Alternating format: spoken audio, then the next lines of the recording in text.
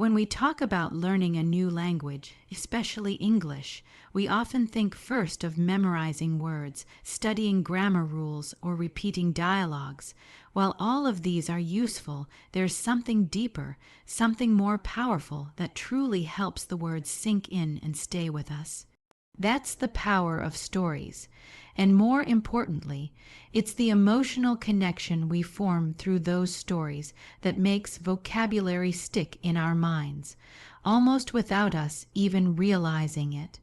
Think about your favorite movie, your favorite childhood book, or even a short story someone once told you that made you laugh or cry. Now think about how easily you remember certain words, phrases, or expressions from those experiences. It's not because you studied them in a textbook or repeated them 10 times in a grammar drill. It's because the emotion, the feeling, etched the words into your memory. That's what stories do. They don't just present words to you, they wrap them in meaning, in emotion, and in context that your brain naturally holds onto. Let's say you're listening to a simple English story where a little boy loses his pet dog and searches the whole town to find it. As you follow his journey, you begin to feel his sadness, his determination, and finally his joy when he finds the dog again. In those moments, when you hear words like search, lost, hope, or reunited, you're not just hearing vocabulary, you're experiencing it. You feel what those words mean. That emotional layer gives your brain a reason to remember them. They're not just abstract sounds anymore. They're part of a lived moment, even if that moment is fictional. This is something that traditional learning methods often miss. Vocabulary lists may give you translations, but they rarely give you reasons to care. Stories, on the other hand, invite you to care. They invite you into the world of the characters. When you care about the characters, you care about their words, and when that happens, your brain does something amazing. It starts recording those words more deeply. That's how emotional connection accelerates vocabulary retention. Now, when you add subtitles to that process, it becomes even more powerful. Subtitles show you the written form of the words as you hear them. So while you're emotionally following the story, you're also seeing the vocabulary in context. You're not just guessing what a word means. You're reading it, hearing it, and feeling it all at once. That combination helps you not only understand the word, but also remember how it's spelled, how it sounds, and how it's used naturally in a sentence. It's language learning through immersion, but in a way that feels effortless and enjoyable.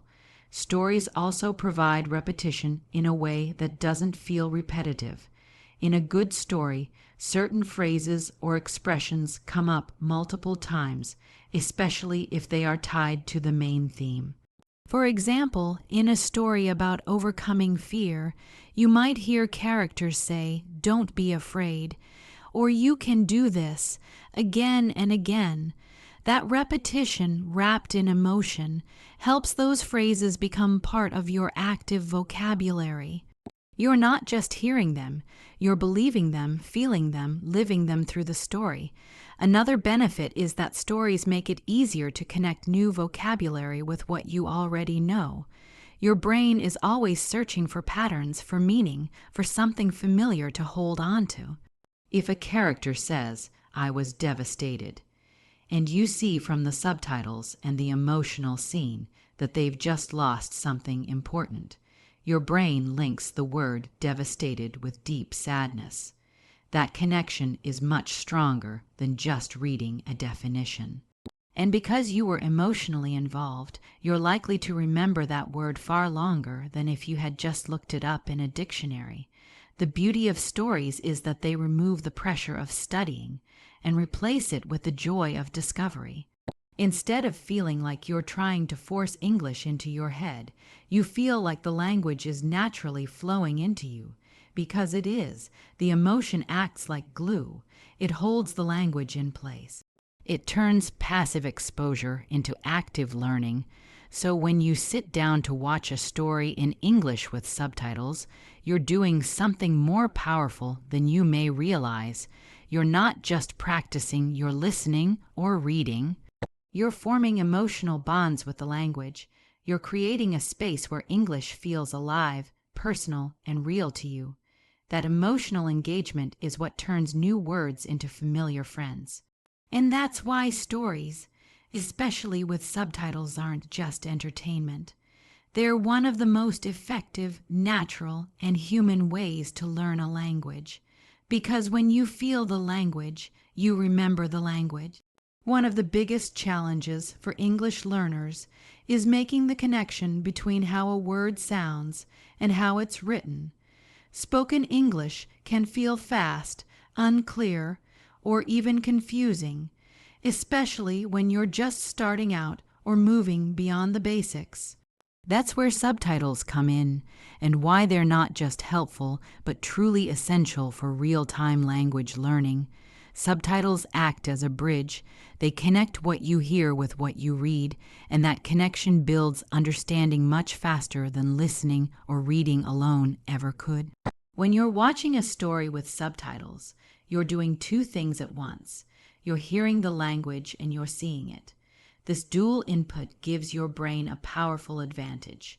Imagine listening to someone say, "She's gonna go to the market." If you're unfamiliar with how gonna is used in spoken English, you might not catch it clearly. But when the subtitle appears, "She's going to go to the market," you instantly recognize what's being said and how it's supposed to look in written form. That moment of clarity happens in real time. You don't have to stop the video, look up a word, or pause to figure it out. The learning happens instantly, naturally. This real-time matching process trains your brain to expect the written form of spoken words. Over time, it sharpens your ability to identify the same phrases in different accents, speeds, and contexts. For example, when you see and hear phrases like "what's up," or "you got this," again and again in stories, your brain gets used to them.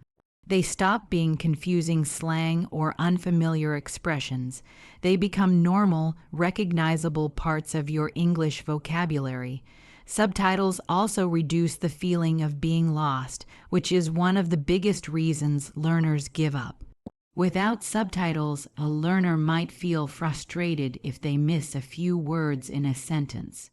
But with subtitles on, they can follow along, even if the accent is new or the pronunciation is fast. It keeps the learning process smooth. It keeps confidence high, and confidence is key when learning any language. Another thing subtitles do is help reinforce spelling and word recognition. English spelling is famously unpredictable. Words like though, night, or enough don't look the way they sound. But when you constantly see them written while hearing them spoken in stories, your brain starts to recognize the patterns. You stop guessing. You know how the word sounds and how it looks. That's a skill that helps not just with listening, but also with reading, writing, and speaking clearly. Subtitles are especially powerful in stories because stories use natural, conversational English. You're not just reading vocabulary lists or textbook dialogues. You're seeing English the way it's actually used in real life. This is where you pick up everyday phrases, contractions, connected speech, and expressions that textbooks rarely teach. You notice how characters say "I dunno" instead of "I don't know," or "lemme see" instead of "let me see." These subtle changes are how real English sounds, and subtitles help decode them for you instantly. And let's not forget how subtitles help improve pronunciation. When you see a word like "enough" and hear it at the same time, you notice how it actually sounds, not how you might imagine it based on its spelling. The more often you experience this match between sound and text, the more naturally your own pronunciation starts to align with native speech. You're not just mimicking sounds, you're understanding them from the inside out. Many learners also feel less pressure when using subtitles. Without them, trying to understand every word can feel overwhelming. With them, you can relax and enjoy the story, knowing that the meaning won't slip away, and that relaxed state is perfect for learning. When the brain isn't stressed or anxious, it absorbs more, it pays better attention, and it remembers longer. Eventually, with enough exposure to subtitles, something remarkable happens. You begin to rely on them less. You start understanding more just by listening. That's the true sign of progress. Subtitles aren't a crutch, they are a training tool. They guide your mind toward fluency until you no longer need the guide. But while you're still on the journey, they make every step clearer, smoother, and more enjoyable. So when you combine a story with subtitles, you're not just watching. You're actively building your language brain. Every sentence you hear and read strengthens your understanding, boosts your confidence, and brings you closer to fluency. One of the most surprising things about learning English through stories is how effortlessly your pronunciation starts to improve even when you're not trying. It doesn't require drills, repetition, or memorization. Just by listening closely and consistently to natural, well-paced storytelling, your brain starts to tune itself to the sounds, rhythms, and patterns of the language. It's like music. You hear it enough, and suddenly you start humming along, not even realizing how much you've absorbed. Pronunciation is one of the most intimidating parts of speaking English for many learners. There are silent letters, inconsistent rules, and sounds that don't exist in your native language. Trying to pronounce words correctly by reading from a dictionary or following textbook phonetics can be frustrating. But when you hear those words spoken clearly in a story, wrapped in emotion, context, and tone, they suddenly make more sense. You're no longer learning sound by sound. You're learning the music of the language. When a story is well told, it doesn't just communicate words. It brings them to life with voice. The narrator uses tone, stress, pauses, and intonation to guide the listener through the emotions of the scene. Without realizing it, your brain begins to pick up on these subtle details. You notice which syllables are stressed, how a question sounds different from a statement, how excitement or fear changes the rhythm of a sentence. This kind of listening teaches you far more than any pronunciation guide can. You're not just copying the words, you're feeling the way they're spoken. And the most powerful part is that it happens naturally. When you're engaged in a story, your focus isn't on learning. It's on understanding what happens next. Your attention is on the characters, the plot, the conflict, the emotion. And while your conscious mind is following the storyline, your subconscious is doing the work of learning pronunciation. It's analyzing the sounds, repeating them internally, and creating mental models for how English is spoken. You're practicing without realizing you're practicing, and that's the magic of it. Think about how children learn their first language. They don't start with textbooks. They don't sit down to memorize pronunciation charts. They listen. Every day they hear stories, conversations, songs, and instructions. Over time, without ever trying to learn pronunciation, they develop the ability to speak fluently and accurately. As adults, we can tap into that same natural learning process, especially through stories that hold our interest and make us want to keep listening. Listening to stories also helps correct our pronunciation gently. Sometimes we say a word the wrong way without even knowing it, but then we hear it spoken clearly in a story, maybe more than once, and suddenly it clicks. We realize how it should sound and our brain adjusts. This kind of correction is much more effective than someone pointing out a mistake. It doesn't make us self-conscious or nervous. It simply helps us grow naturally and confidently. Another powerful benefit is exposure to connected speech, how words blend together in real conversation. In stories, you hear how native speakers really talk, how want to becomes wanna, how did you becomes did ya, how sounds are dropped, blended, or softened. These aren't things you usually find in written English or formal lessons, but they're essential for speaking and understanding real-world English. When you hear them again and again in stories, your mouth starts to mimic them without effort. You begin to speak in a way that sounds more natural, not robotic or overly formal, and because stories repeat patterns and expressions, your pronunciation improves with every listening. Common sentence structures, useful phrases, and familiar rhythms become a part of your mental library. You don't just recognize them, you start using them with the right sound and flow because you've heard them enough to internalize them. The best part is that none of this feels like work. You're not being corrected. You're not repeating things over and over. You're simply enjoying a story, and as you do, your ears and tongue begin to sync. Your pronunciation improves with every sentence you listen to, every scene you absorb, and every word you feel emotionally connected to. Because when you listen with interest, you learn with ease, and when stories speak to you, your voice begins to speak back. One of the most empowering moments in language learning is when you understand something without translating it in your head. You don't pause, you don't reach for a dictionary.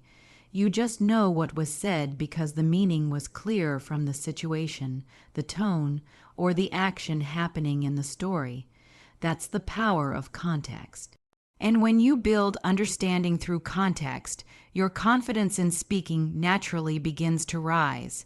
Language doesn't live in isolation. Words on their own can be confusing or forgettable. But when those same words are wrapped in a scene, a feeling, or a moment in a story, they suddenly carry meaning. You don't need a teacher to define stormy. When you see a character running through heavy rain, shivering and soaked, you understand it, you feel it, and because you experienced it through the story, you remember it, and you're more likely to use it later with confidence.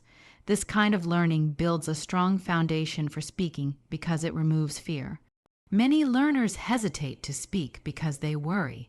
What if I choose the wrong word? What if I sound silly?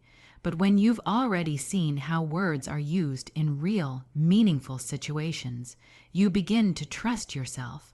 You know that when someone says, "Let me give you a hand," they're not offering a literal hand, they're offering help.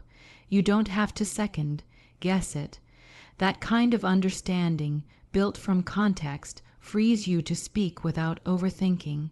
Stories are especially powerful for this because they provide context constantly. Every sentence has a setting, a character, an emotion, an action. So even if you don't understand every word, you can still follow what's happening. And the more you follow, the more your brain learns to fill in the gaps. You become comfortable with guessing meaning based on tone, body language, or what just happened a moment before. That guessing isn't a weakness.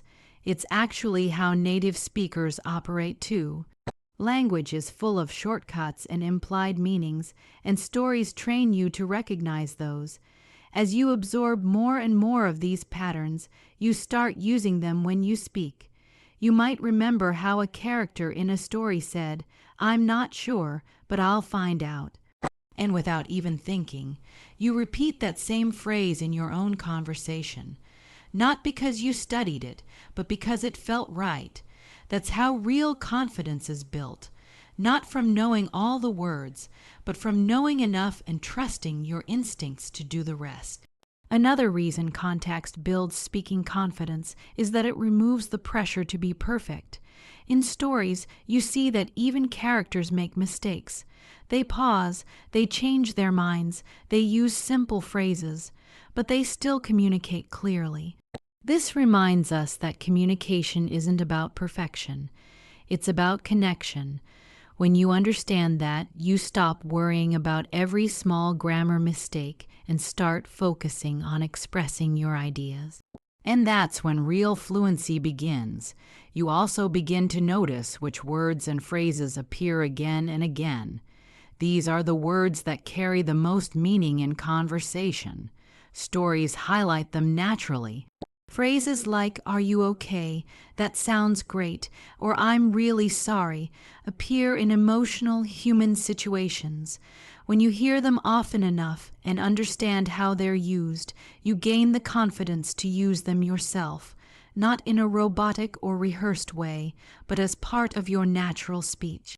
Over time, your vocabulary grows not just in size, but in usefulness. You're not just collecting words. You're learning when, how, and why to use them. That's what context does. It teaches you to think like a speaker, not a student. And when you think like a speaker, you begin to speak more smoothly, more bravely, and more naturally. There's also something powerful about realizing you can understand without understanding everything. In the beginning, learners often get stuck trying to catch every word, but stories show you that you don't have to. You can miss a word or two and still get the meaning. That realization is freeing. It tells you I can keep going. I can keep speaking even if I'm not perfect. And that kind of mindset is what turns hesitant learners into confident communicators. One of the most effective, yet often underestimated, ways to learn grammar is through exposure, not through memorizing rules or doing exercises, but through hearing and seeing how grammar lives inside real conversations. That's exactly what stories do. They don't teach grammar by naming it, they teach it by showing it. In the flow of dialogue, in the way a character expresses a thought, or in the structure of a sentence during an emotional moment, stories give learners a front row seat to how English actually works, not in theory, but in practice. Grammar in a textbook often feels disconnected from real communication. You might learn that the past perfect is used to talk about actions completed before another action, and that's helpful. But then you hear a sentence like, "She had already left when I arrived," in a story, and suddenly it becomes real. You're not just understanding the rule anymore. You're seeing the emotion, the sequence of events, the reason behind the structure. That experience makes the grammar stick. You don't just remember the form, you remember the feeling behind it. This kind of learning is powerful because it's unconscious. You're not stopping to think, which tense is this? You're simply understanding. And every time you understand something that uses grammar correctly, your brain takes a small note of it. The pattern gets recorded. Over time, as you hear more and more examples through stories, those patterns become natural. You start using them when you speak, without needing to pause and calculate the rule. That's what fluency really is, using correct grammar because it feels right, not because you pause to analyze it. Stories are especially rich in this kind of input because they use natural, spoken English. You hear how people ask questions, express opinions, describe memories, or make promises, all in everyday language. And that's where the grammar lives. It's not locked in complicated explanations. It's living in real life situations. For example, when a character says, "If I were you, I'd stay away from that place," you're getting exposed to the second conditional. But instead of reading a formula, you're feeling the advice, the emotion, and the context that gives the sentence meaning. The more often you hear these patterns, the more familiar they become. You might notice how people use present continuous to talk about near-future plans, "I'm meeting her at 6, or how modal verbs like should, could, and might appear in conversations full of uncertainty and choice. These aren't lessons on a whiteboard. They're patterns you absorb while listening to characters live their stories. Another benefit is that stories provide variety. Grammar isn't always black and white. Depending on the tone, the situation, or the character's personality, the same idea can be expressed in different ways. In one story, someone might say, "I'm going to call him." In another, it could be, "I'll give him a call." Both are grammatically correct, but they carry slightly different tones. Stories teach you those nuances, not just what's right, but what's natural. And that's something no rulebook can teach as effectively. You also get to see how grammar changes with emotion. A simple sentence like "I didn't mean to" carries one meaning on paper, but in a dramatic scene, when spoken with regret or urgency, it becomes much more powerful. You feel the intention behind the structure, and you learn how grammar supports communication, not just correctness. Even things like articles, prepositions, or word order, which can be tricky for many learners, start to make more sense through repetition in stories. When you hear a phrase like "in the morning" or "at the door" again and again, you begin to understand when to use "in," when to use "at," and how those little words shape the flow of a sentence. These are the details that stories help reinforce without needing to label or explain them. Over time, what once felt complicated becomes automatic, not because you studied harder, but because you exposed yourself to the language the way it's actually used.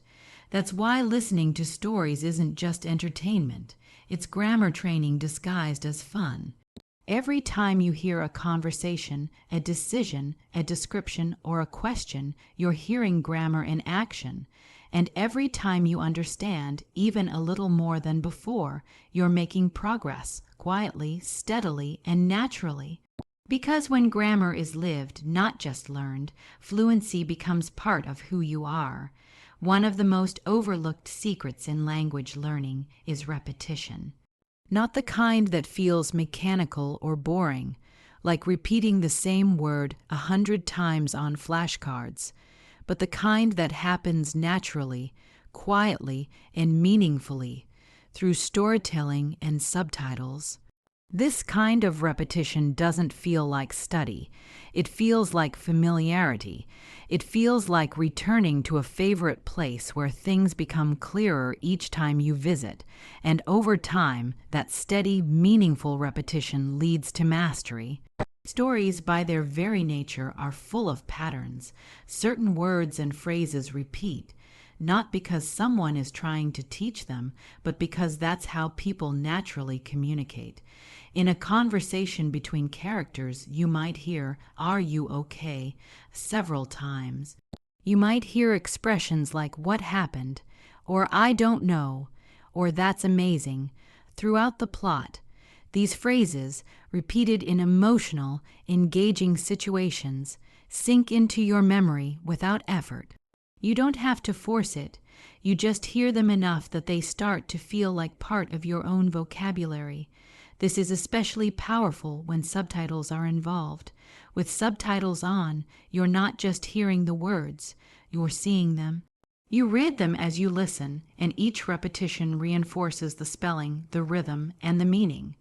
When you hear "I can't believe it" for the 5th time in a story and see it written again on the screen, it becomes automatic. You don't have to stop and wonder how to say it or write it anymore. You just know it.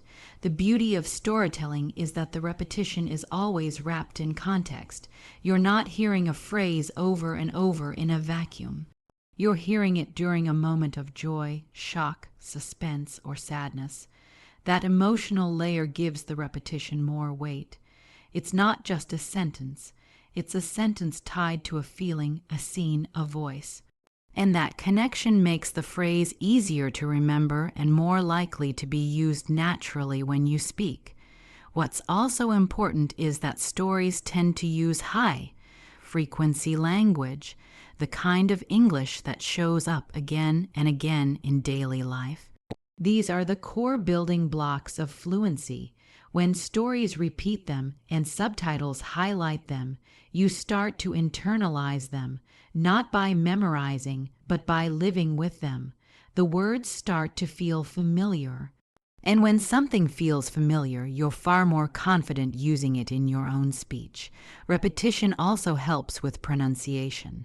The more you hear a certain phrase, the more your brain understands how it should sound. You begin to notice the flow of the sentence, the stress on certain words, the pauses between thoughts. And when you see the same line in subtitles, you also understand why it sounds that way, how the words are spelled, how they fit together. Over time, this repeated exposure teaches your tongue what your ears already know. You start to speak with more clarity and more confidence. Another key advantage is that repetition reduces hesitation. Many learners freeze during conversation because they're searching for the right words.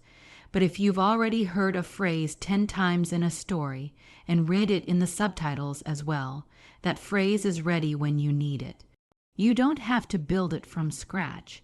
You've already practiced it, even if you didn't realize you were practicing. It's there, waiting to be used. There's also something comforting about repetition in storytelling. When you hear something again, it reassures you that you're learning. You understand more than you did the first time. That sense of progress builds motivation. It reminds you that language learning isn't about sudden leaps. It's about slow, steady exposure. Each time you hear a phrase, you get better at understanding it. Each time you read it, you reinforce the memory, and eventually it becomes part of you. Even when stories are new, they often follow familiar structures. You start to notice how characters introduce themselves, how they express surprise, how they react to bad news. These recurring patterns make it easier to anticipate and respond in real conversations. The repetition trains your instincts. It gives you a toolbox full of ready-made responses, built from experience rather than memorization. And perhaps the most important part is that this repetition doesn't feel like work. It feels like a rhythm, a flow, a natural part of storytelling. You don't get bored because the content is always changing, even as the language patterns repeat. That's the difference between passive and active learning. When repetition comes from stories and subtitles, it's active, it's engaging, it leaves a lasting impression. Because when you hear it, read it, and feel it enough times, it doesn't just become familiar, it becomes yours. Thank you for joining this journey through stories, where every word you hear, see, and feel brings you closer to fluency. Let stories guide your growth. Listen deeply, read with curiosity, and let confidence follow naturally. Keep learning, keep feeling, and let English become your voice.